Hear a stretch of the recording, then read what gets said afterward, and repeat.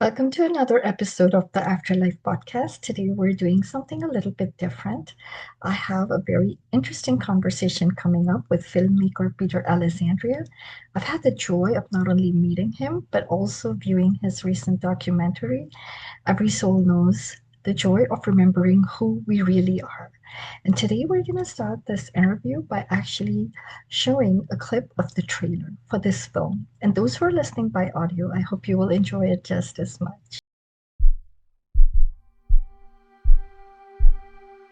I think this is the best thing going on anywhere, to be in human form incarnated on earth at this time. At the soul level, we decide in advance what characteristics, what personality traits, what challenges we want to take on. The soul chooses who it's going to be born to, what family it will belong to. And I've thought many times that I might be mandated to earth.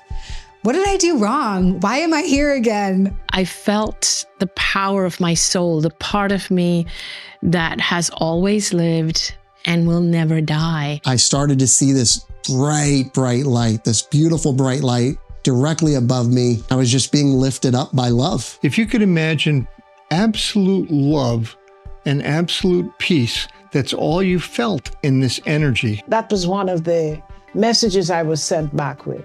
Go back and tell them, life is eternal. That realm is sharp, clear, detailed, meaningful, powerful, filled with emotional truth and depth. When Nolan flatlined, what I experienced was Mary Fran coming across the veil, and she scooped Nolan up out of his physical body. And they had this exquisite reunion that you can only imagine between a mother and son. And suddenly I could breathe fine. I was incredibly conscious. I was more alive than I've ever been. For every 100 souls that qualifies to come down to earth, and you've got to be an advanced soul to come down here, there's only one body. I said, I'm home. I'm finally home. I said that over and over. Time starts to slow down, almost collapse on itself. I began to surrender to the concept of dying. Everything that was temporal or physical or mortal about that soul was drawn aside, and I saw who he was, and I was in the presence of the divine. Every single person is this light walking around the center of their body, in the center of their energetic structure, in the center of their chakra system is the heart. It's the heart center. I also understood that was heaven, but this is heaven. If you want to be in heaven, you can just be there. 60 interviews, 38 questions, all in a groundbreaking documentary about the afterlife. Every soul knows the joy of remembering who we really are.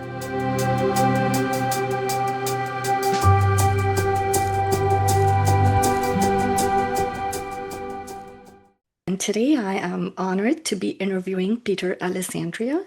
Peter is a TEDx speaker, he's an author, he's a former entertainment attorney, and he's also a filmmaker. He has more than 75 awards for his work in photography. So he wears many hats, but today I'm interviewing him because I had the joy of meeting him during the screening of his film, Every Soul Knows, in Durham, North Carolina. Peter, thank you so much traveling all the way for the screening of the movie and for accepting my request to be on this show. Hi, Pooja. Thanks for the invitation. Happy to be here. Thank you. So, Peter, without wasting time, I'm going to dive right in. I would love for you to walk us through a little bit. It's a two-part question, really. So I want to understand if you had any views about the afterlife when you were growing up. And then, when you made the movie, what motivated you? And then did your views of the afterlife change after that? So it's a lot of questions packed in one. Well, yeah, there's a lot there. So I'll kind of walk you through it. So I like to say that I'm not an experiencer. I haven't had my own near-death experience. I have had a couple of, I guess what you could call spiritually transformative experiences, but they were very brief and they were a long time ago. So I like to say instead of an experiencer, I'm more of a seeker, right? And so for like the last 35 years, I've been on a journey, and the journey is to get answers to my questions, like, who are we really? What's going on here? How did we get here? And what happens after we leave? Just these little questions. And so, literally 35 years ago, I started reading a lot of spiritual literature, attending workshops, doing whatever I could to expand my understanding of the physical, the metaphysical, and the spiritual. And this has been ongoing, right? And I've had a normal life, and all those studies were kind of informal, but that was always part of my personal journey. And so in 2019, two things happened. First thing is my dad passed, and his loss was the first major loss that I had in my life. And it was very difficult, but he had been ill for a long time, and so we had a chance to prepare and all that. But it was definitely, again, when you lose a loved one, it gets your attention, I think. Got my attention at least. And so, went through the grieving process and all that. And the other thing that happened that year, well, actually three things. Now that I think about it, three things happened that year. So actually the first thing that happened that year was I injured myself. And I was in California doing a photography shoot for a client. And my plan was to head up to Yosemite to do some landscape photography, because part of my photography business included fine art photography, landscapes, cityscapes, and all that. And on that trip, I injured myself. So I was basically out of commission for almost the rest of the year. This was in February. So it was about a 9-10 month recovery from that injury. After that, my dad passed. And then after that, while I was convalescing, one of the things that I was doing in 2019 was I was starting on my book. So Be Bigger Than You Think You Are. That's the way this book happened. We can talk about it later if we have time. But it was a result of that injury. If I had not injured myself, and I think now it's pretty clear to me that the reason I injured myself was so I would have time, so I would stop all that I was doing to write that book. And again, there's a reason I say that. And that was one of the spiritually transformative experiences I had. I guess I'll just tell you, because it's actually at the end of the book, you'll see when you get there, that in the moment that I injured myself, and it was a very painful, very sudden, very shocking injury, tore my calf muscle. I was so confused and I was in so much pain, and it was all very discombobulated. But in that moment, Pooja, I heard very clearly, now you can write your book. Mm-hmm. All right. And then it went away. I call it a moment of clarity. I haven't had any other direct communication. Now I attribute that to my guides, because I had been thinking about writing a book for many years, and people kept asking me, when are you going to write a book? And I said, one day, when I'm not so busy. Well, all of a sudden now I wasn't busy because I couldn't do anything for almost a year. Mm-hmm. So I injured myself. I start on my book. My dad passes. And then the third thing that happened in 2019 was I read a novel called Adventures in the Afterlife. Mm-hmm. And this was written by a gentleman. His name is William Buhlman. William was one of the chief trainers at the Monroe Institute in Robert Monroe's foundation in Virginia. And the focus of the Monroe Institute is out-of-body experiences, astral travel. So I was familiar with, I had concepts about the afterlife and all that, but I was familiar with near-death experiences, but I hadn't really dived into it. And after I read that novel, even though it was written as a novel, it just fascinated me. And I actually ended up getting in touch with William, and I ended up optioning the novel from him to turn it into a feature film. So I started writing the screenplay for the book while I'm working. Well, I pretty much had, so now we're into 2020, it's the pandemic. And I was working on the screenplay, and part of the research for that was I started going online and watching all these YouTube videos with NDEers, right? And I got drawn into that whole world, right? And so 2020 now turns into 2021. And I started reaching out to some of the people I was seeing, some of the interviews, and I formed relationships with some of those people and started Zooming with them, just like we're doing right now. I wasn't even sure why. And then I finished the screenplay for the novel, and I couldn't get anybody to read it. It wasn't going anywhere. And I realized I needed to just put it aside because I'd been working on it for over a year at that point. But what happened was, at that moment, around that time, it came to me. So I'm sure you know Christian Sundberg. Christian and I had a Zoom set up just like this. And again, I wasn't really sure why I was reaching out to him, but I wanted to have this conversation. And I'm making breakfast that morning. We're going to talk in the afternoon. And I'm waiting for the toast to pop up. And the toast pops up. And when the toast pops up, an idea pops into my head. And the idea, it wasn't as radical as when I heard the voice in my head about writing my book. But the idea popped into my head that I was to make a documentary about all this. And so that afternoon, I spoke to Christian and I pitched him on it. He said, yeah, sure, I'd love to. Now, the thing was, I knew I didn't want to do webcams. So that meant I had to be in the same room with everybody. And I knew that I wanted to do it, kind of a higher end production and film everything on green screen, as you could see behind me.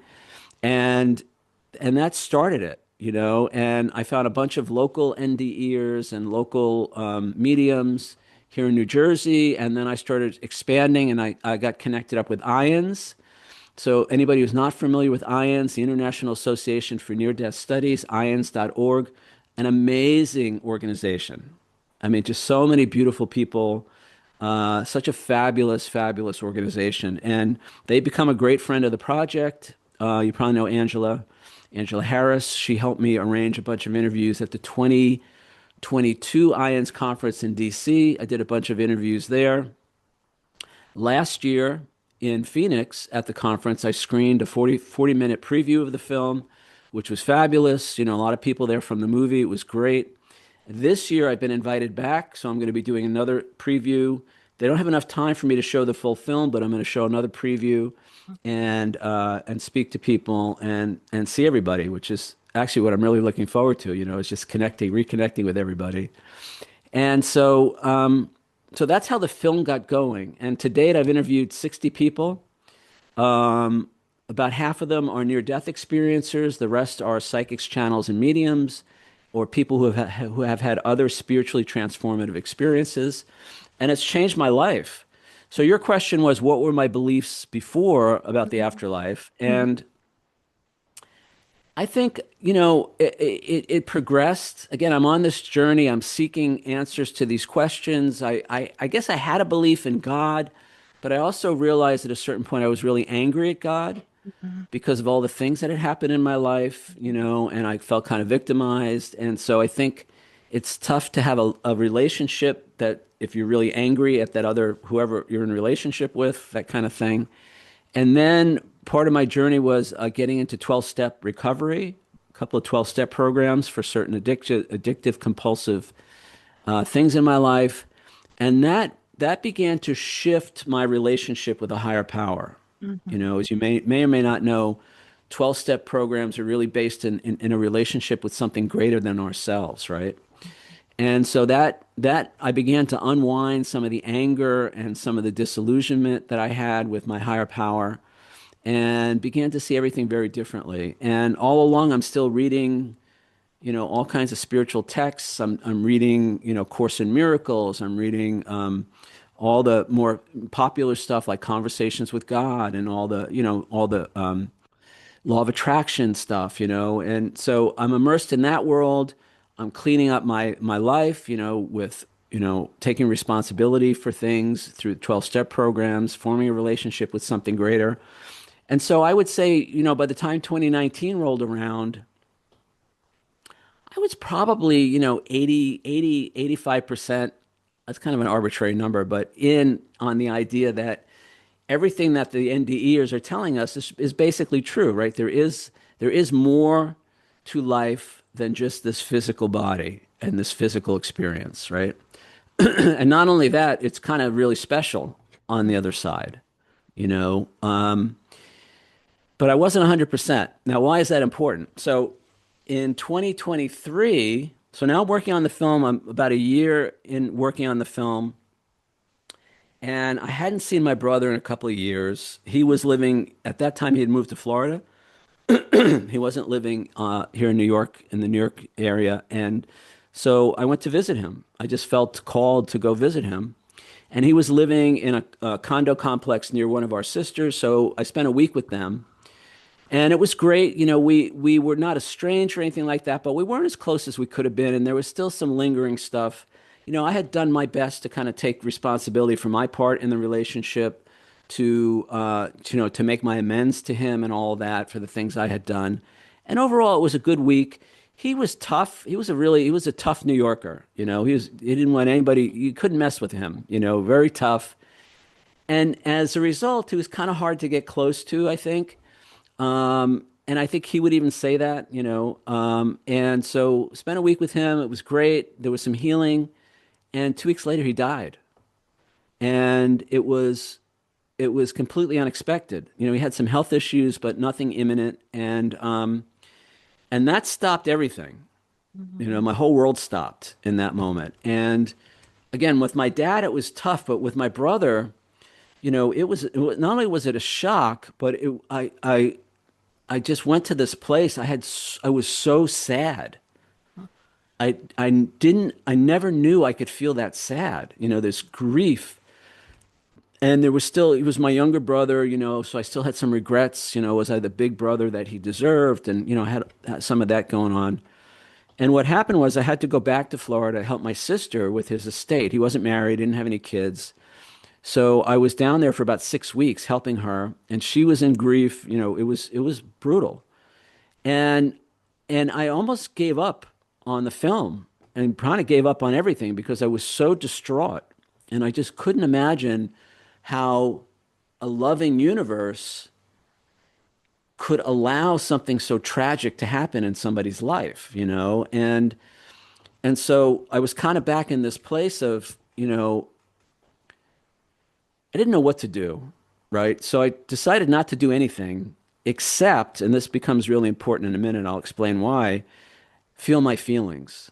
I allowed myself to have all that grief and have those feelings. And eventually, Pooja, what happened was I came back to the movie and I started watching some of the interviews I had done and I started doing some editing.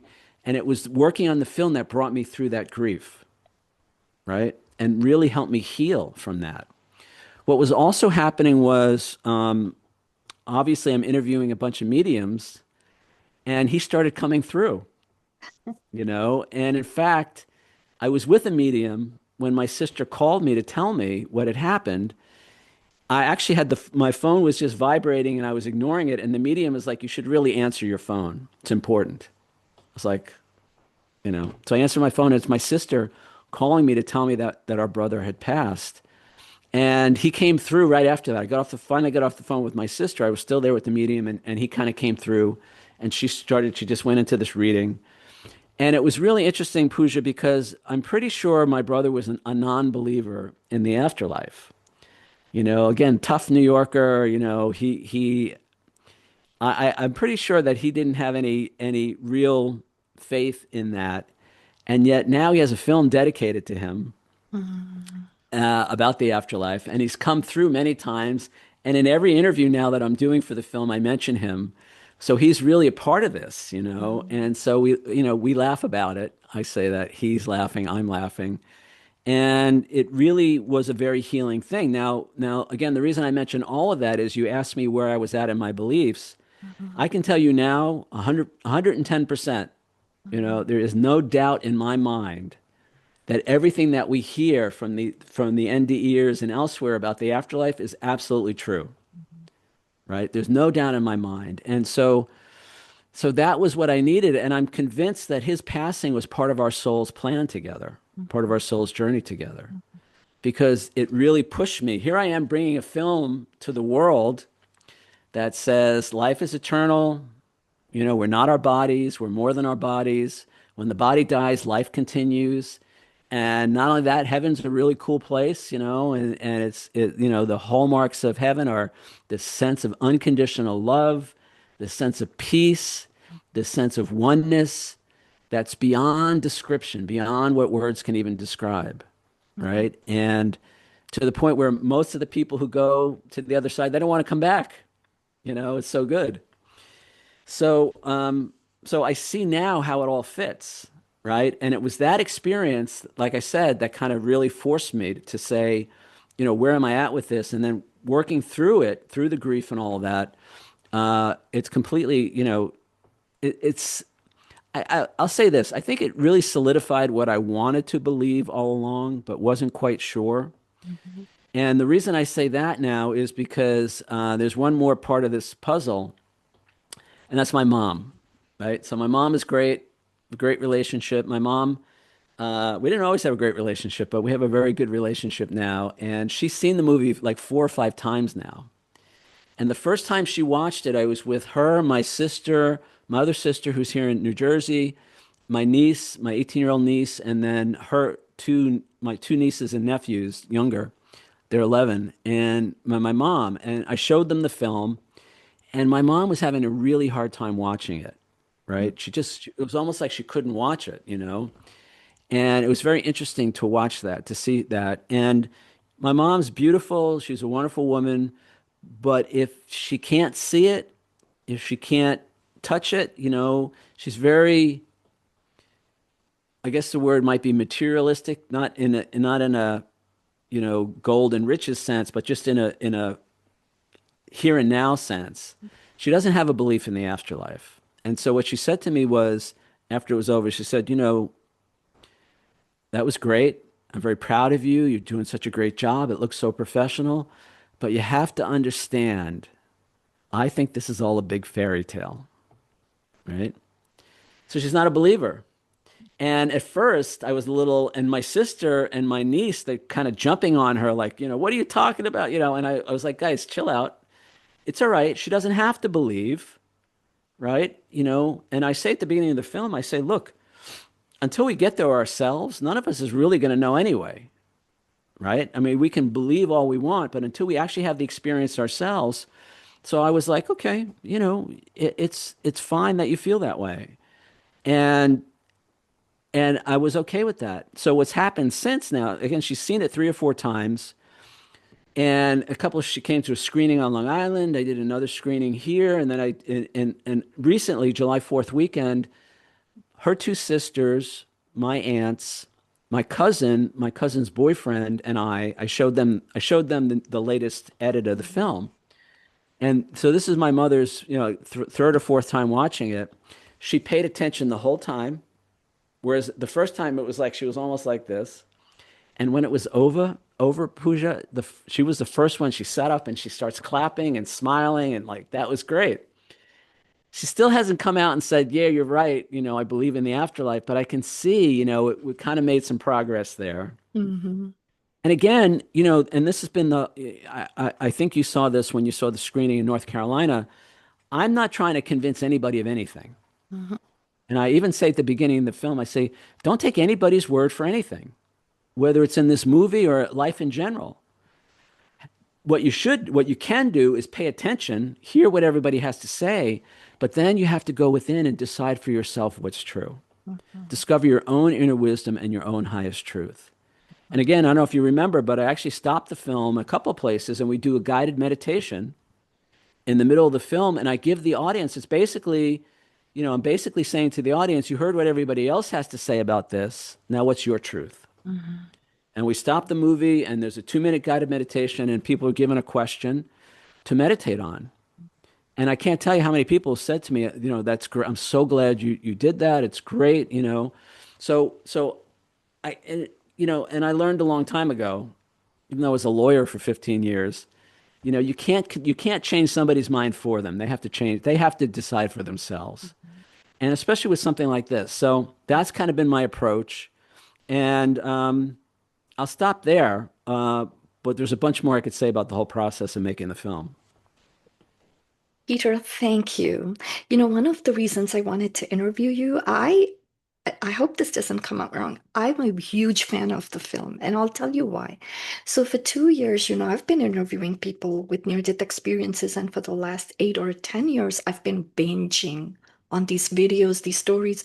So some of the people that were in your movie, I've already, you know, had heard their stories, but the way you put it together with the questions, I think that's what really stood out to me because you hear all these stories and they're very different from each other, but they also are similar.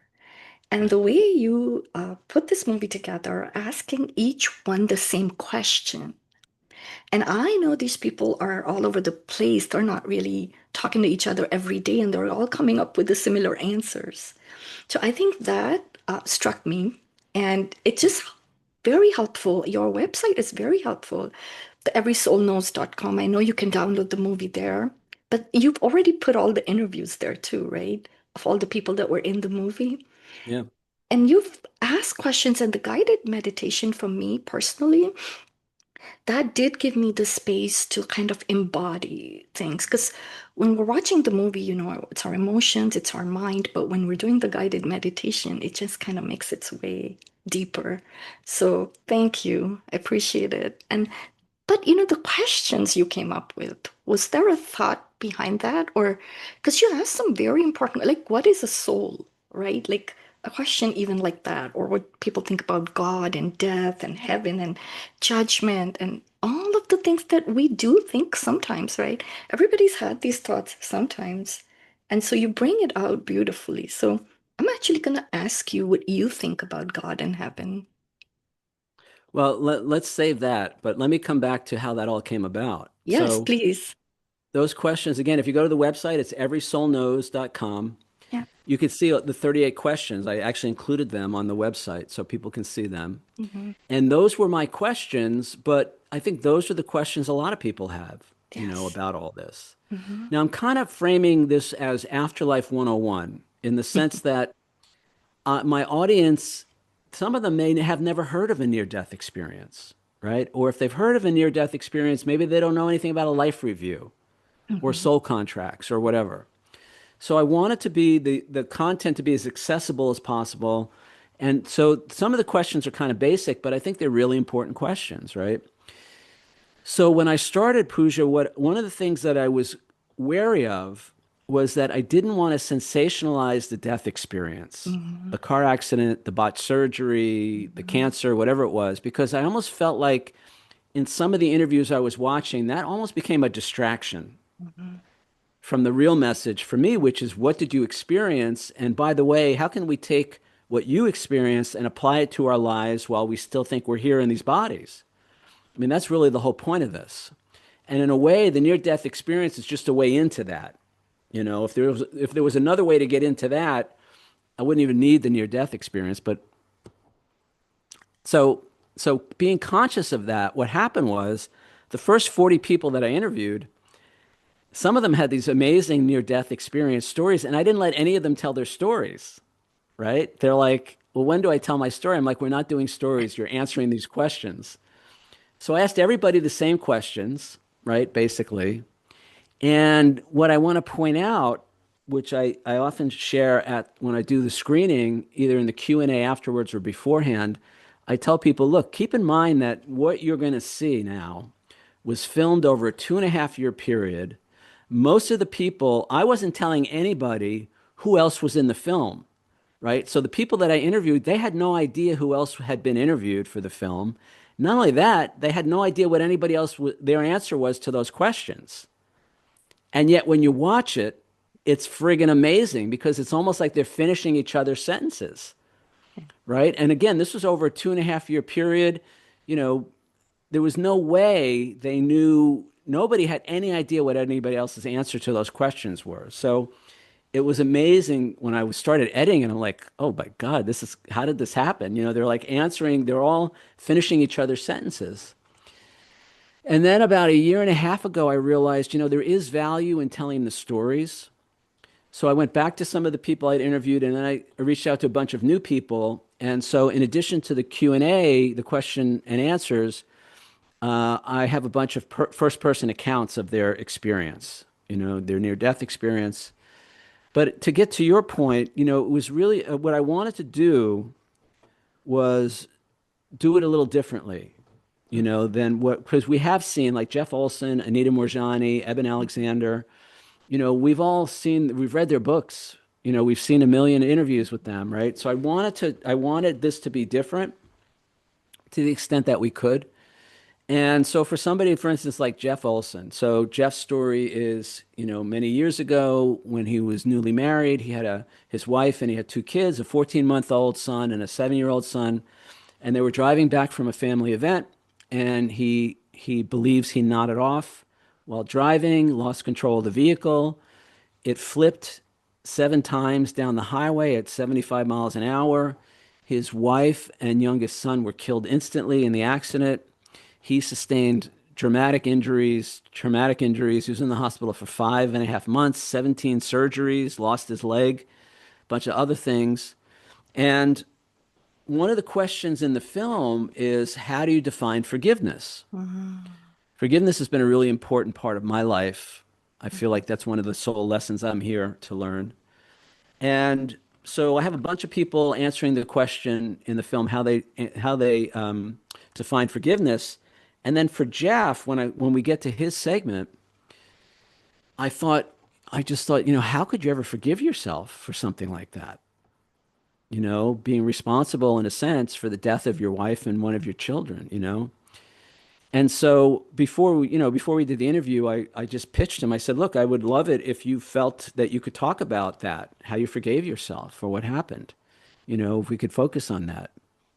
And so that became the focus of the interview, part of the interview at least. And he never had really shared that before. And we get how difficult it was. He said it took years for him to forgive himself.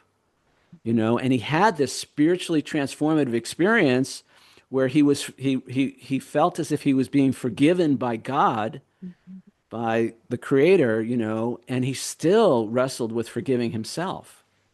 So it fits really well with that question in the film, and it's a real life example of that. And that really touches a lot of people. Another person in the film, Eben Alexander. Eben's story, again, is very well known. His book, Proof of Life, is amazing. I recommend it to anybody. But what I wanted to focus on with him was this idea that the birth sister that he had never met became his guide when he had his near-death experience. And she's the one who kind of led him around the afterlife.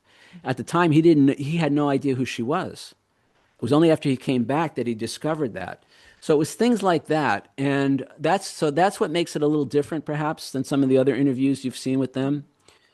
A couple of things I want to say about what you said. So number one is, I just mentioned some people that are very well known, and I'm so grateful that they said yes to be part of this. But probably about half the people in the film you probably don't know. Yeah, true. And it was really important to me to give new people a chance to shine, right? To tell their story. So that was one of the things. And then the other thing that was important to me was, even though the project now is like 5 hours long, most people are only going to have a few minutes on camera, right? But they all have something really important to say. So what I did was, even before I started showing the film, I made their full interviews available. So you can watch everybody's full interview either on the website, everysoulknows.com, or on the YouTube channel, which is @everysoulknows. You can see their full interview. There's no subscription. There's no donation. There's no charge. I even cut out the mid-roll ads on the YouTube video so you won't get interrupted by the ads, because I really wanted their voices to be heard. They honored me by coming. Some of them came from all over the US, Canada, Europe, to sit in this is basically my living room in New Jersey, to be part of this. So to honor the people who honored me, I wanted to make sure that their full interviews are available. And that's been wonderful, because what it did was it created a resource for people who watch the film, again, who maybe are not that familiar with the near-death experience and all that other stuff. They have one place they can go, and people are binge watching. It's amazing. Like, people are binge watching all these interviews, and I'm getting all these wonderful, grateful comments every day from people watching that. So yeah, so it's been amazing. And it's, and here's the other thing too, Pooja. One of the great things about actually being in the same room with these people is, I got to know a lot of them, at least a little better than I would have if it was just something like this, over Zoom. And my deal was, basically, if you fly into Newark Airport, not JFK, but Newark, I'll pick you up at the airport. I'll bring you to the location. We'll do the interview. If we have time, I'll take you out for dinner. If not, I'll take you back to the airport the same day, so you don't have to stay overnight if you don't want to. I'm, to make it as easy as possible for people. And some of the best times were in the car on the ride to the airport with them, or, whatever, where I really got a sense of who they are. And I'll say this, these people are my heroes. Every one of them has touched me in just a powerful, positive way. And I say heroes, I think that's really the right word, because a lot of these folks, most of them are not getting rich off of this. I'm pretty clear on that, and in some cases, it's almost the opposite, where they're subjected to all kinds of ridicule, they're debunked, they're trolled on social media, and it's not so bad today, but when some of them, Anita started telling her story in 2012, and people who started talking about this in the 80s and 90s, those people, there were a couple people that I interviewed that their family still doesn't talk to them because they went public with this. So while that environment is changing, they put up with a lot of crap, I guess is what I'm saying, over the years, and they're still out there telling their story. And I believe for the most part, it's because they want to make the world a better place. They care about people and they want them to know we don't have to live this way. And that's kind of the point of my film. What I want people to take away from the film is, we're not who we think we are. And by the way, what's going on here is not what's really going on here is not what we think is going on. There's something much bigger happening, right? And so I'm hoping, and the subtitle of the film is The Joy of Remembering Who We Really Are, because I don't think there's a greater joy that the soul can know than when it remembers who and what it really is, right? As long as we think we're these bodies that have a limited lifespan, and we have to fight with other bodies over resources, and everything in our environment is a threat, this world kind of makes sense if that's who we are. But it's a miserable place. I mean, obviously there's beauty and there's love here, but there's also some really dark stuff, painful stuff, misery. But what if that's not who we are? What if we're more than our bodies? What if there actually is no death? One of the best interviews, for me at least, is Tony Sikoria. So Tony Sikoria's story is he's a surgeon and a medical doctor, and in the early 90s, he was barbecuing with his family, a family gathering by a lake. He goes to make a call on a payphone, and the payphone gets hit by lightning. It comes through the phone, right, and basically kills him. And so he has this sensation. He sees the lightning, and he feels it, and he gets thrown. He says, "I get thrown backward like a rag doll," right? But I had a strange sensation. He said, "I knew I got hit, and I knew I was moving backwards, but I kind of felt like I was moving forward at a certain point." And then I was just kind of standing there wondering what happened. And I'm looking around, and my mother-in-law is at the top of the stairs by this clubhouse. Apparently, she saw what happened. She's yelling and screaming and comes running down the stairs, but goes right by him as if he's not even there. So he turns to see where she's going, and he says, "I'm going to follow her." Takes a couple of steps, and then he looks down and he sees his body on the ground. Right? And the way he says it, he says, "Oh shit, I'm dead." Right? And basically, the way he describes it is, he says, it was seamless. He said, I thought when you died, there'd be bells and whistles or something to let you know that you were dead. He said, but there was nothing. It was just like I just transformed, right? And he goes on from there. So the point of that, and it's very poignant in the film, is, what if we're not these physical bodies? What if it's something we have for this physical experience, but it's not who we really are? Again, I'm sure you've heard this many times, but often people during the near-death, so there are some common elements to the near-death experience that I like to point out to the audience, right? So the very first one is this idea of separating from the body. So if it's a car accident or if somebody's in surgery, they have this experience of leaving the body and looking back on the accident scene or looking back on the hospital scene, whatever it is, from another perspective. And to the point where they sometimes don't even recognize themselves as that body. More than one has said, "Gee, I had to look really close, and then I was shocked to see, well, that was me."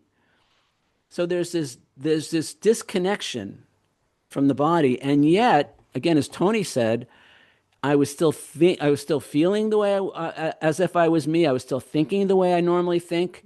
You know, it was like, what changed, right? So that's the first part of the near-death experience that I like to point out to people. And then from there, there's often this transition, sometimes to a tunnel or to a dark void, a dark space, right? But it's not scary. In fact, the way they describe it is there's this overwhelming sense of peace, more peace than they've ever felt in their entire life. And that's usually accompanied either at the same time or shortly thereafter by this sense of love, unconditional love. But not only is it a feeling of love, it's this recognition that I am love. That's what we are. Right? And it's a love. And again, Anita says this, a bunch of them say this, there aren't really words in our English language to describe what that love is like. Right? We don't have any way to describe that. And then the last part, the last element that I like to talk about, and that usually is followed by some transition into the light. You know, they come out in a heavenly space, kind of. Sometimes it's a garden, sometimes it's a childhood thing. But they have an experience, and they often will see loved ones, people who have passed before them at that point, maybe a religious figure, or maybe a guide, you know. But the last thing that I like to focus on is the sense that, again, they all talk about this, is a sense of oneness, the sense of unity, right? And so again, Anita, she says, I didn't know where my soul ended and another soul began. I felt one with everyone and everything. So what do we have here? We have, what can we learn from this? So the first thing is, well, maybe we're not our bodies. Maybe the body, again, is something we have, but it's not who we are. And then there's this sense of, well, you know, I talk about this actually in my book. I talk about this, is this feeling, I call it the disease of unworthiness, not feeling good enough, not feeling lovable. Well, if I'm love, if who and what I really am is love, how could I possibly be unlovable? Right? How could I be unworthy? How could I be not good enough if that's who and what I really am? And by the way, it's not just me, it's all of us. We're all this love. And then the last part is, well, so what if we're really, at some level, we're all connected in a very profound and meaningful way. We're not the same, right? But we are part of a greater oneness, a greater whole. Well, what does that mean? Well, that means what I do for you, I'm actually doing for myself. And what I failed to do for you, I failed to do for myself. Imagine if that's how we started living our lives, right? As if we're not a body, as if who we are is love, a love that is beyond description, worthy of love, good enough to be loved. And what if we're all connected? What if we started living from that place? Well, then the world would be a very different place. Right? And I would submit that until we start to live from that place, not much is going to change in this world. So that for me, that's the message of the film. That's the message of the near-death experience stories that we hear. I want to point people to another website. The website is itstimetoremember.org. This is a nonprofit website that I set up that has 7 of the key messages from the film. And it's one page, and there's no donations, there's no subscriptions. I don't want your money. The only thing that I want is if you resonate with those 7 messages, find a way to share it. And Pooja, my dream is to be driving down a highway someplace someday and come upon a billboard with those 7 messages on it. That would totally make my day. And the messages include the idea that we're created by love, that we are love, that we're all connected. Another idea that we talk about in the film is that, you know, we're here in this earthly experience by our own choosing. Nobody's forced to be here. We chose to come. And not only that, but we came with a purpose. There's something that we wanted to accomplish. right? And that's something that we wanted to accomplish is for our highest good, but it's often also for the highest good of others, people in our family, in our soul group, or perhaps humanity as a whole. And then the very last line on there is, isn't it time that we got on with it? Right? Because most of us are living a very distracted life. We're not on point. We're not on purpose. And we're so caught up in whatever, who's who on social media, car payments, all this stuff that doesn't really, it's not to ignore the world. I'm a student of A Course in Miracles now for 35 years. Course is very clear that the world as we think of it does not exist, but that doesn't mean that we ignore the world. Doesn't mean we even dismiss the world. Right? Ultimately, what the Course says is we have to forgive the world. We could talk about that. But my point is, if we begin to change how we see ourselves and how we see other people, then that will change everything. Right? And this understanding that I'm not here against my will, and not only am I not here against my will, but I came with a purpose, an important purpose, a divine purpose. Well, maybe it is time to start living more intentionally, guys. Let's get on point. Let's accomplish what we came here to accomplish. So this is all what I hope will come from people who watch the film. That's my hope as well, Peter, because, one of the things I think about, the question I asked you earlier about God and heaven. And I've always felt that heaven can be here if we start living from that space. If everybody was to start living from that space of more connectedness. So yeah, I asked the question in the film, where is heaven? What is heaven? Where is heaven? And most of the people said, heaven is here and now. Yeah. If we choose it, if we recognize it, if we make it.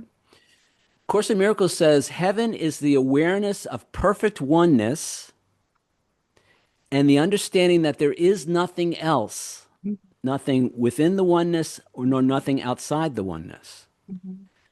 So it's through the sense of oneness, of unity, of joining.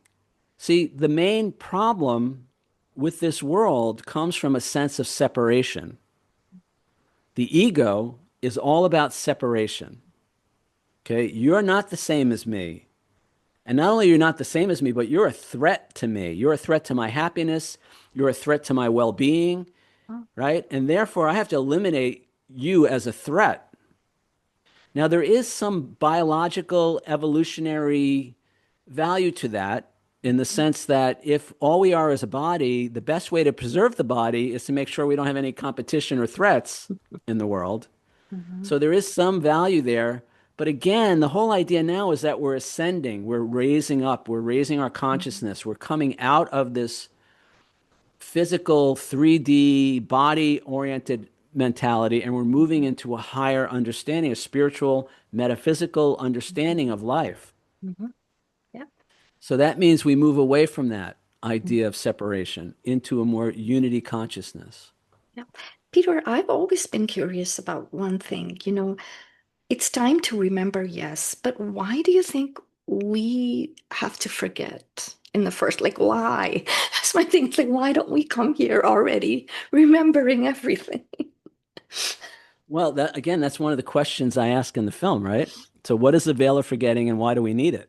Yeah, why? Yeah. So I got an answer. Hope you're ready. Okay. First of all, there is no have to. We don't have to forget. Okay.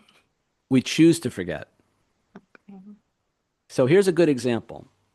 So let's say you go into the movies, right? And you're going to the theater and you got your friends or family with you and you're all really looking forward to this movie, right? And you get there, you get your popcorn or whatever, you sit in your seats, right? And there's ads on the screen and everything, right? And that what you're about to see is not real, hasn't happened. Right? As a filmmaker, I can tell you nothing that we see in the movies was ever real. Took place on a soundstage, took place in a computer now. There was no reality at all to it. And we kind of know that while we're going there and we're watching it. And yet what happens? If the film is good, we have all kinds of experiences. We experience all kinds of sensations, emotions, feelings, right? We're like, we're elated when something great happens. We're terrified when something scary. Those feelings are real. They're real experiences in an unreal environment. Well, guess what, guys? That's what's going on here. We're having real experiences in a completely unreal environment. But there's a purpose. There's a reason. So this is what I like to say. So in heaven, what most of us would think of as heaven, there is no contrast. There is no duality. There is no polarities. It's all basically all love and light. But if you've read like Conversations with God, or if you've read God Speaks by Mir Baba, or, there's a lot of texts out there that will tell you what happens is eventually you can't experience love and light because there's nothing to contrast that. It's like in order to know light, there has to be darkness. In order to know good, there has to be evil. Right? And without that contrast, we can't really experience life. Now, why do we come here and forget? So we come here because we want to know ourselves in our own experience. The soul knows that it's love and light. It knows that it's worthy. It knows that it's good enough. It knows that it's loved by its creator. It knows that it lives forever. But it can't experience any of that because there is no unworthiness in heaven. There is no mortality in heaven. So we come here because guess what? And the example I like to give is this. In heaven, it's kind of like reading the book on how to ride the bicycle. We come to earth, and not only do we actually ride the bike, but we fall off the bike. And not only do we fall off the bike, but we scrape our knees. And not only do we scrape our knees, but all our friends are laughing at us. Now, why is that important? Because in that moment, Pooja, when we're on the ground and our friends are laughing at us, it's a very, very important moment because we get to choose. Who am I in this moment? They're laughing at me. Does that mean, oh no, does that mean I'm an embarrassment? Does that mean I should be ashamed? Does that mean I should feel bad about myself? Does that mean I'm unworthy? Oh no. Or maybe instead of me feeling unworthy, I turn on them and I start attacking them. Maybe I go beat them up because they're unworthy. Right? Or maybe I decide in that moment to love myself, to be the love that I really am. Right? And maybe I decide to love them, to forgive them in that moment. Now, it's maybe tough for a 9-year-old, right? But what about a 39-year-old whose spouse, he just finds out his spouse has been cheating on him with his best friend for the last 5 years? Or his bookkeeper, his accountant, ran off with all the funds from his small business he's been working on for 30 years. Now what? Those are the choice points. Those are the moments, guys, when we decide who and what we are. And that's why we're here, to decide who and what we are, to know ourselves in our own experience as love, or perhaps as not love, as the opposite of love.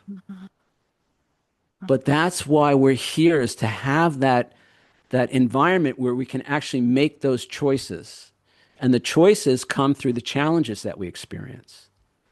Now you ask, why do we have to forget? Well, here's the best part. Let's say you knew all the answers on the final exam. First time it might be fun. Second time it might be fun. But eventually what it would do is make that experience meaningless. There would be no point in taking an exam if you already knew all the answers. It becomes pointless, meaningless. So we got to forget, so that we take this experience seriously and we experience it as if we're in that movie theater, right? In the film industry, they talk about suspending your disbelief. The audience has to suspend its disbelief so that it can really experience the movie. And by the way, why do they call it a movie? because people want to be moved. Yeah. It's an emotional experience. It's an immersive experience. But you got to forget what's really going on there. And there are people who will sit there and they'll tell you what's going to happen next. And you're like, shut the fuck up. I want to experience the film. That's why our guides are not telling us what's going to happen next. Mm-hmm. Or Oh, that's God or powerful. whoever. Yeah. Because that's how we fully experience it. Now, here's the last thing I'll say. Everything is chosen. To a large extent, our lives are planned, but I really want to qualify that. So there is kind of a blueprint that we have. And we choose our parents. We choose the family that we're going to be born into. We choose the time period that we're going to be born into. We choose the geographic location that we're going to be born into. We choose our spouse, our mates in this life. We choose kind of it could be our career path or our general path, what we're going to do for a living, things like that. Some people get into more detail. Some people have less detail. There's a lot of in between all of that, over the course of a many, year lifetime. There's a lot of wiggle room. Things can change. We always have free will. But the biggest free will is deciding how we're going to respond to what happens in our lives. Mm-hmm. That's where the biggest free will comes in. And every moment, again, you're on your knees are bleeding and your friends are laughing at you. That's your moment, dude. Who are you in that moment? You get to decide. Mm-hmm. Your guides are not going to decide that for you. God is not going to decide that for you. You have to decide in that moment who and what you are. So we have this blueprint for our lives, but how we experience that life, I mean, it's up to us how we're going to respond to those situations. We choose the major challenges that we're going to have in our life, and whether that's a physical disability, a mental disability, whether it's an abusive parent or spouse. All right, and I'm saying this specifically for this reason. A couple of things that I want to say about that. We choose those challenges because, well, first of all, here's the most important thing. It's not the human consciousness that's choosing that. The person watching this interview or walking around in our day-to-day life is not the person who chose to have an alcoholic parent or an abusive spouse. All right, which means you're not to blame. This is not about blaming the victim. It's not saying you chose this. No, because the human consciousness did not choose this. We're also not condoning inappropriate behavior. Okay, it's never okay to harm another person, ever, whether it's a life plan or not. Not condoning that. But as Mary Helen Hensley says in the film, who's making that choice is our higher self, our soul, our God consciousness, right? Which sees the big picture, knows all the timelines, knows all the lifetimes that you've had with that other soul, who's now the abuser, but maybe in the past you were the abuser, right? And maybe there's some karma going on there or whatever. But most importantly, knows that nothing that happens in this lifetime ever has any permanent damage, loss, or injury to what we think of as a soul. Mm-hmm. The soul always is made whole again in heaven, no matter what happens here. Mm-hmm. Now, anybody who's suffering, anybody who's in pain, my heart goes out to you. I know what it's like to feel pain and suffering, right? I have nothing but compassion and understanding. It's never about you chose this, you deserve this. No, not saying that at all. And when we look at the bigger picture, in the scope of a loving, compassionate universe, there is something in that experience that's helpful to the soul, believe it or not. So again, I'll come back to my experience of 9 years old on the ground, my friends laughing at me. All right. If I can choose, and it's not even a requirement, but if I choose to see that through the eyes of forgiveness, of compassion, both for myself and for the other kids, all right, there's something about that helps expand my soul. I become more, right? I become more loving, more compassionate, right? So there's something in that experience that people talk about evolution, people talk about learning our lessons. I think it's a little more subtle than that, or maybe more profound in the sense that it really does expand our soul to make those choices in those moments. And we need those challenges to know who we really are, to have the opportunity to choose who we are, because that's what we're doing. We're deciding in that moment who we're going to be. Mm-hmm. And and here's the other thing people say, well, if the soul is perfect, why would the soul have to evolve? Mm-hmm. Well, why does somebody climb Mount Everest? Why do we go on vacation? My sister and her kids, they just got back from the Caribbean, Turks and Caicos, and my niece and nephew, they're 11 years old, they're twins, fraternal twins. And they were so thrilled to go on the water park, and they were so thrilled to go in the ocean and go snorkeling and see the coral reef and the fish and everything. They loved the experience. And it's a little different than New Jersey, right? So it was new for them. So there's something about having that experience, and the soul chooses that, right? Betty Guadagno is in the film, and at some point she says, eternity is a really long time, guys. And if all in eternity, if all there is unconditional love and light, it might get a little boring. So we're going to want something new. We're going to want something different. But there is nothing new and there is nothing different. So the only way we can do it is to forget who and what we are. And that veil serves that purpose. It's by choice. It's in the scheme of things. It's what makes this experience real. And the realness of this experience is what helps us expand and grow as a soul. Thank you for that, Peter. Thank you very much. This forgetting is important, but also the remembering. I think that's what your big message has been. I think we forgot too much. We have to now move that needle a little bit back to remembering. So I appreciate the movie. Well, I appreciate what you're doing. That's what this is. That's what you're doing. You're helping people awaken. And what's awakening? Awakening is really remembering. Mm-hmm. That's all. Yeah, because when you were talking about, in the moment, what choice do I make? I think if we remember who we are, it would motivate us to make the better choice. Yeah, but again, I can't convince you that who you are is an eternal spirit created by love, as love, and for love.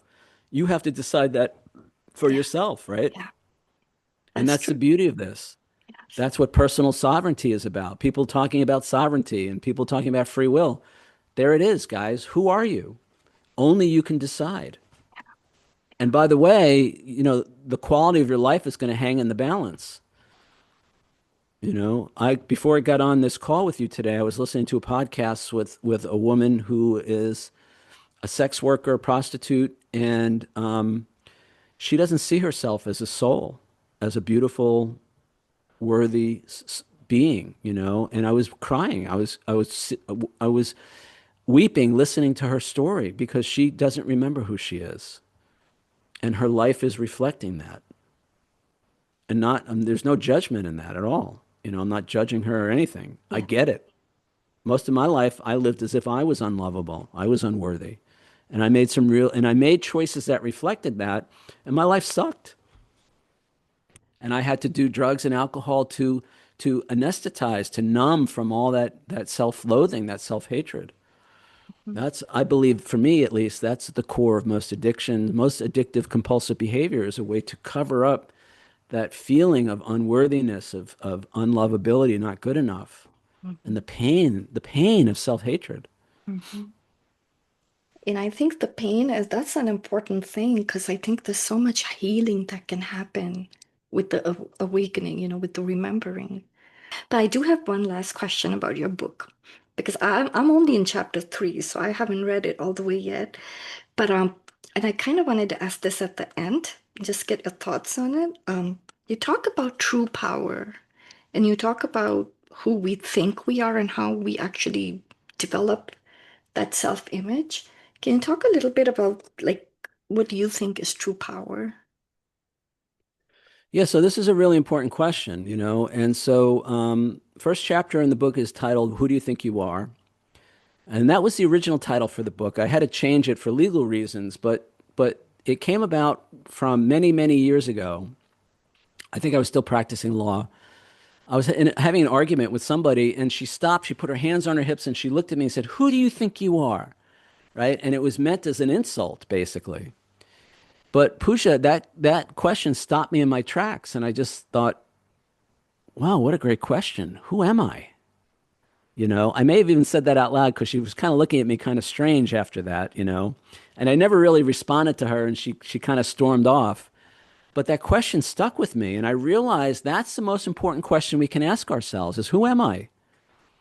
You know, because whoever we think we are is exactly who we're going to end up being in life. That becomes the blueprint. That becomes the underlying program. And most of us, not all of us, but many of us received negative programming as kids, for instance, not because our parents were not good parents, not because our parents didn't care, but just because there is miscommunication, there is, you know, and some people, you know, an adult might react in a way and the kid doesn't know how to interpret that and personalizes it. Oh, mommy's mad. It must be my fault. There must be something about me that's not lovable because she's always mad at me. You know, things like that. So we begin to develop a concept of ourselves, right? The self-concept. And for me, at least, it was very negative. You know, I just, for whatever reason, I had this belief that I was unworthy, unlovable, not good enough. You know, people were not going to, once they really got to know me, they were not going to want to hang out with me.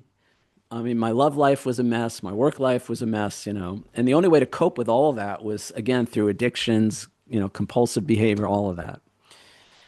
So this idea of who are you? Who do you think you are? The second chapter is taking responsibility. Now, responsibility is really, really important if you want to be a sovereign, free will being, right? You can't make a choice or decision and then blame somebody else when it doesn't work out. But you also can't blame yourself because responsibility is not the same as blame. Taking responsibility doesn't mean you beat yourself up because you made a bad choice. It means you recognize, oh, I did that. And the way I talk about it in the book, and this comes from my 12-step work, responsibility is the 3 A's: awareness, accountability, and action. So we become aware that we've done something harmful to ourselves or to another. We become accountable to that person, and then we do whatever we need to do to set things right. We make an amends, restitution, we restore the relationship. That's what responsibility is. Then chapter 3 is true power. Now, most of us think of power as having power over other people, getting people to do what we want them to do, right? That's not true power. That's control, manipulation, force. It's not true power. And by the way, that often does not end well. When you're trying to control somebody else or you're trying to manipulate somebody else, eventually, guys, I've lived, you know, I'm going to be 64 in a few weeks. I've lived a lot of life. It don't work. Okay? So what is power then? So for me, true power, and this is the way I define it in the book. By the way, this is the book if you haven't seen it. True power is the ability to consciously choose and or change our thoughts, feelings, words, and actions. Okay? Now, why is that important? Well, the way that we create our life or our life experience is through our thoughts, feelings, words, and actions. And the way it works is this. Our thoughts lead to our feelings lead to our words and actions, and our words and actions lead to the outcomes that we experience in life. So if I start with crappy thoughts, I'm going to have crappy feelings. If I have crappy feelings, I'm going to speak crappy words and take crappy actions. If I speak crappy words and take crappy actions, guess what kind of outcomes I'm going to have in my life? Of course, the opposite is also true. So by saying true power, I want to point out to people that we have the ability to consciously choose how we think, what we feel, what we say, and what we do. Right? And by consciously choosing those things from an empowered place, not from the dysfunctional place that says I'm not lovable, I'm not good enough, nobody's going to like me, I don't have what it takes. If we choose from that place, that programming, If we choose our thoughts, feelings, words, and actions from that place, well, guess what? I'm going to just get more of what I've already gotten in life, and maybe that hasn't been so good. So I have to change the programming first. And that means becoming hyper aware of what am I thinking, what am I feeling, what am I saying, and what am I doing? And especially if things don't work out, let's say there's a conflict in my life, when it's over, or maybe in the moment, if I have enough consciousness, I got to stop and say, okay, what must I be thinking right now? What must I be feeling right now? What must I be saying and doing right now to have this experience? And how can I change that? And so the book is all about changing, reprogramming all of that. And I have, at the end of the book, I have a whole list of, I use things like affirmations, visualizations, vision boards, mission statements, all kinds of stuff to reprogram all that negative thinking, And I literally went from somebody, this was the genesis of the book. In 2008, I lost my law practice in the global financial crisis after 15 years in Hollywood, basically. And I came to a crossroads. And this was, the economy, everything was a mess in 2008, 2009. And after several months, literally like 6 months of trying to resurrect my law practice, I came to the realization, this it's not going to happen. So what am I going to do with the rest of my life?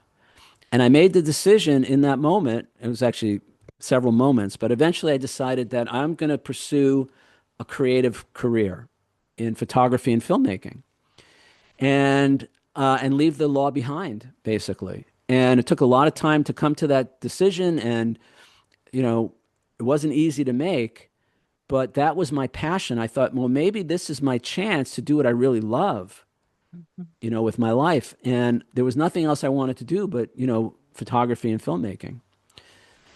So I left California, came back to the East Coast. My parents were getting older, my sister, I don't have any kids of my own, but my sister started having kids, and I was constantly flying back and forth anyway. So I moved my whole life back to New Jersey, New York, New Jersey area. And now I'm going to be a creative professional. I'm going to do photography and filmmaking. And for almost 3 years, nothing happened. I set up some websites. I told people, I want to be a photographer, and they all kind of looked at me like, you're not a lawyer anymore. And nothing happened. And I had all these excuses, Pooja. I was convinced, first it was because of the economy, right? The economy was still in the toilet, right? So it must be because the economy is bad. And then it was like, well, maybe it's not the economy. Maybe it's because I never studied photography or filmmaking, right? I went to law school. I have a degree in economics. I have a law degree. I have an MBA. I went to business school, law school. I never even took like an art appreciation class in college. And yet here I am telling the world that I'm a creative professional. That must be the problem, right? And then I met some other photographers, and they didn't go to photography school, and they were doing okay. So I thought, oh, maybe that's not it. Eventually, I realized the problem wasn't out there. The problem was in here. And I had this very negative self-image when it came to being a creative person. I was terrified of criticism, of rejection. I couldn't even post photos on social media. I couldn't post photos on Facebook. I was so afraid of criticism, rejection, and all of that. So for almost 3 years that went on, and then the money ran out. I had a bunch of money saved to make the move. And so now it was like, oh, I really got to do this. I got to do all the things that I've been afraid to do if I want to have a career as a creative person. And that meant doing things like posting on social media. Eventually it meant doing things like cold calling. So I had an idea for commercial photography business. It was portraits and headshots, executive portraits and headshots, like for medical offices, for real estate people, lawyers, and as well as product photography for like e-commerce sites and stuff like that. And I had to start making cold calls. I had to call all the local businesses, right?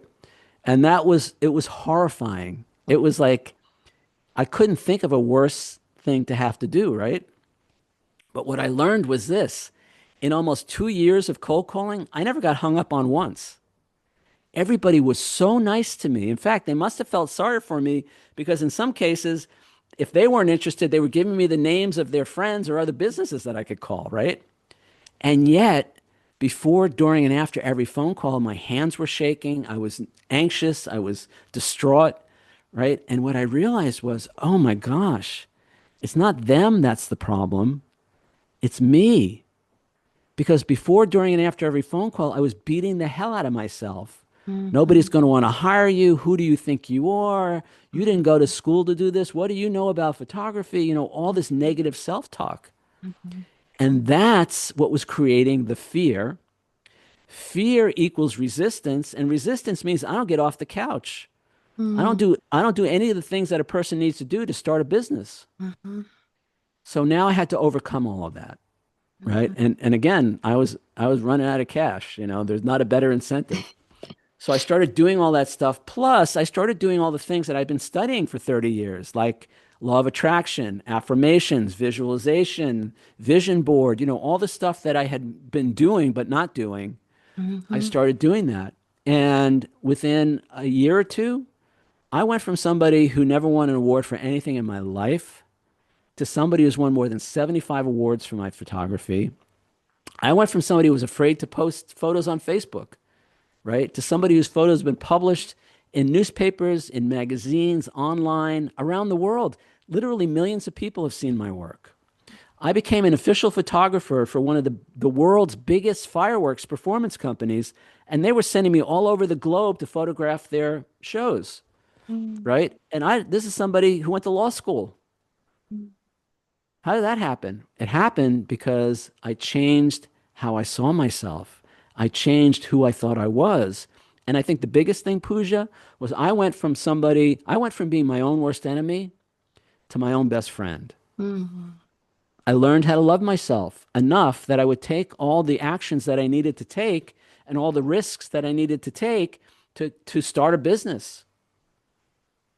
And the only way to do that for me now is through self-love, self-forgiveness, self-compassion, becoming my own biggest cheerleader, my own biggest advocate. Instead of beating the heck out of myself when I go to call a new client, I love myself through that. And ultimately, I think that's what the book is about. Self-love, self-forgiveness, self-compassion, you know, because without that, I think it's very difficult to have a happy life, much less a successful life. Thank you, Peter. Thank you so much. I wish we had more time. It's come to a close, but I really want people to find your movie, your book. So I'm going to include everything in the show notes, in the description. Yeah, let me mention just real quick. So the film website, again, is everysoulknows.com, 3 words. And the book is, again, 3 words, Be Bigger Today. BEBIGGER today, all one word.com. You can find out all about the book. During the pandemic, I did a series of online workshops, actually 60 weeks. Every week we met for an hour and a half, and we went through the book together. I took a whole group through the book, and all those videos are available for free.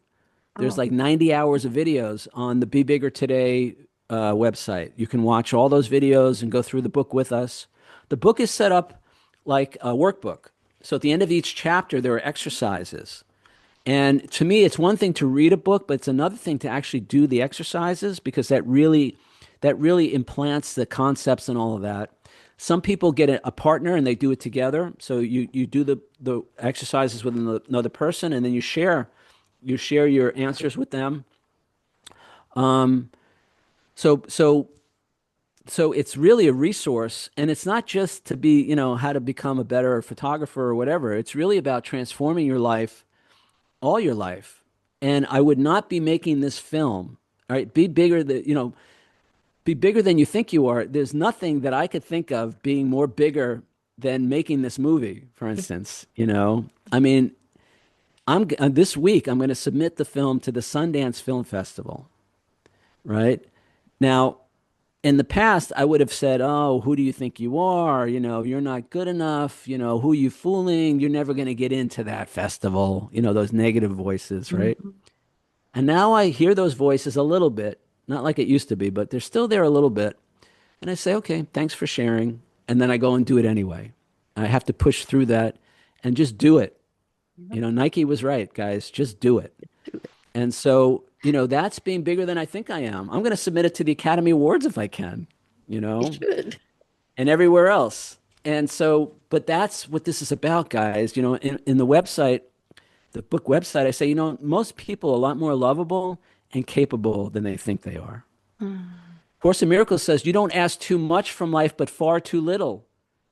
We sell ourselves short almost every day in our work, in our relationships, in our physical, the way we feel about ourselves as a physical body. We sell ourselves short. And people said to me, well, be bigger than you think you are, right? Aren't you afraid you're going to be too big for your britches? And I say, well, look, again, this is just my experience. But if I do get too big for my britches, life has a way of humbling a person. And I can tell you right now, I've been humbled many times. Even since writing this book, I've been humbled. And so it's not about being grandiose, right? And it's certainly not about being better than anybody else, right? The title is not be better than everybody else, because that's not what it's about. But until I recognize my own worth and value, it's very difficult for me to recognize somebody else's worth and value in a healthy way. Because in the past, I would either idolize them, say, oh my God, they're so wonderful and they're so this and they're so that, and I could never be like that, only to find out later that they're just a normal person with problems like everybody else. Or I would make them less than. I would judge them, I would criticize them, and that was just me projecting my own self-hatred onto another person. I could go on and on and on for the book. I don't want this conversation to end, but I also want to respect your time. Well, thank you so much, Peter. Thank you. And I'll be sure to have all those links. So thank you. You're welcome. Thanks for inviting me.